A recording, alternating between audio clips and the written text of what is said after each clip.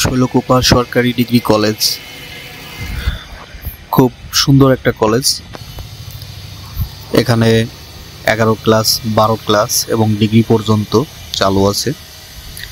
আমি এই কলেজে পড়েছি ইন্টার লেভেলে, কমার্সে পড়তাম। আমার খুবই প্রিয় এবং ভালোবাসার একটা কলেজ। অনেক স্মৃতি, আবেগ, অনুভূতি এখানে মিশে আছে। প্রিয় বন্ধুদের সাথে এই কলেজের মাঠে অনেক খেলাধুলা করেছি। তাদের সাথে আমার অনেক সময় এখানে কেটেছে।